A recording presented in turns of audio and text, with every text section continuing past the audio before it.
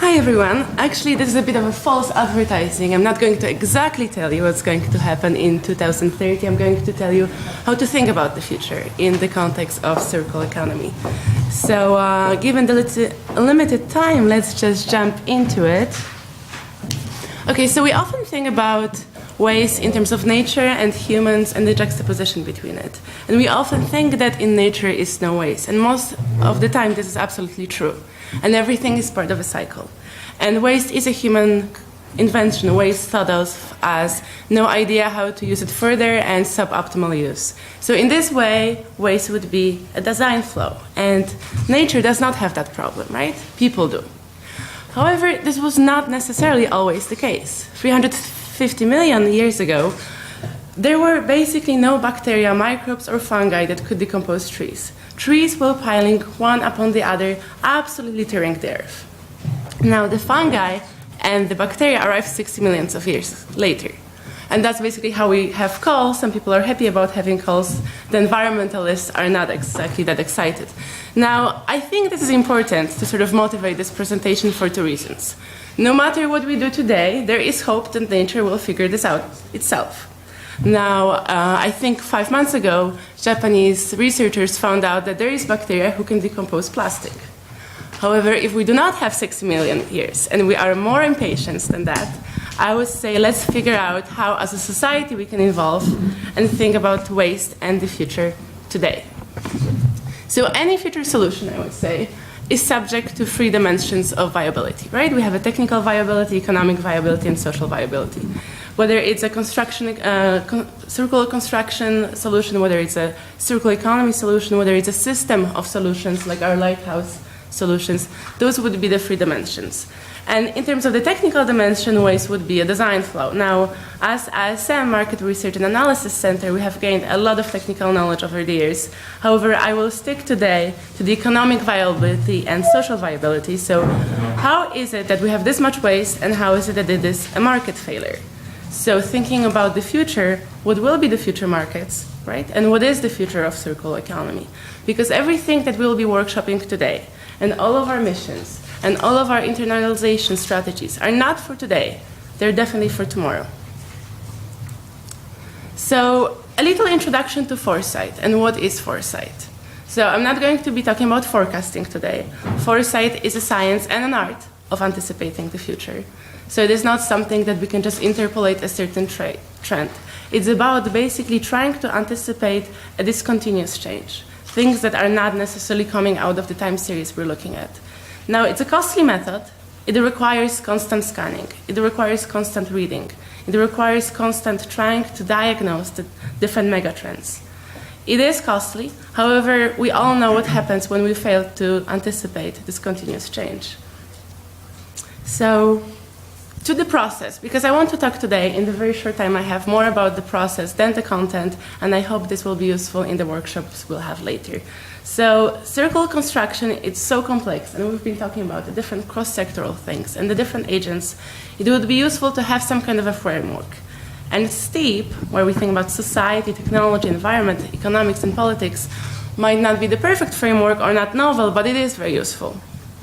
So let's now think about the entire environment of circular construction and those different aspects.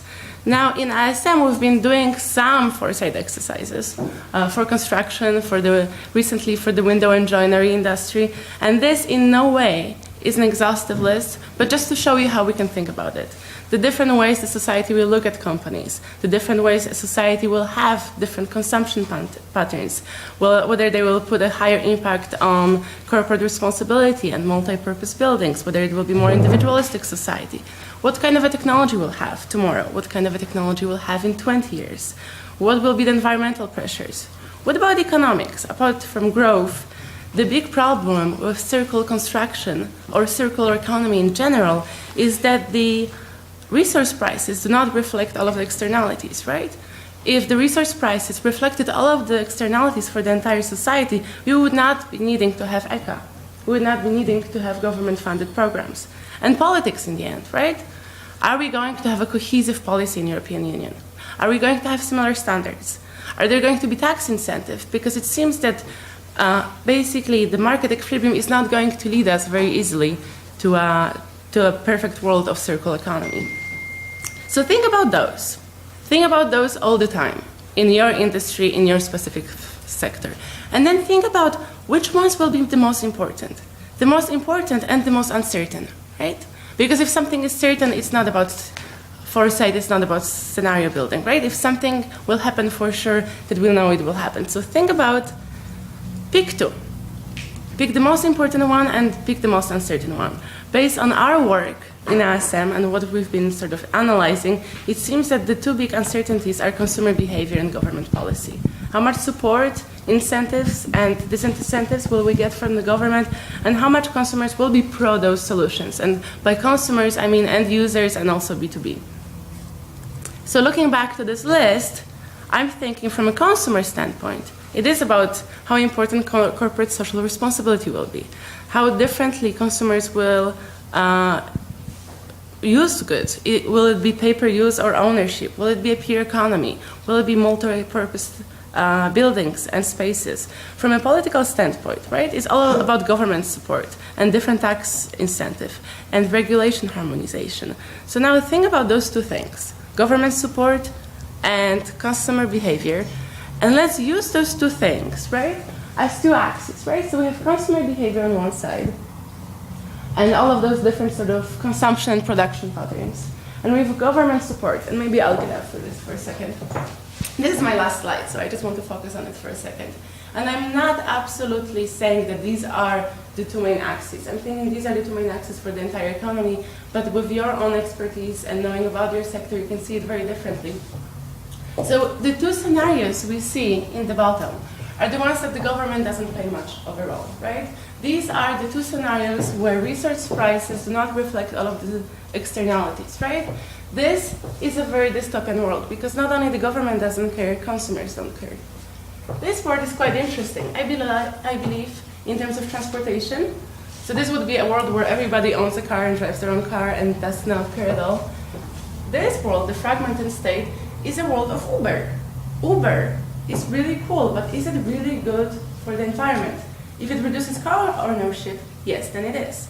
But on the other hand, I have never owned a car.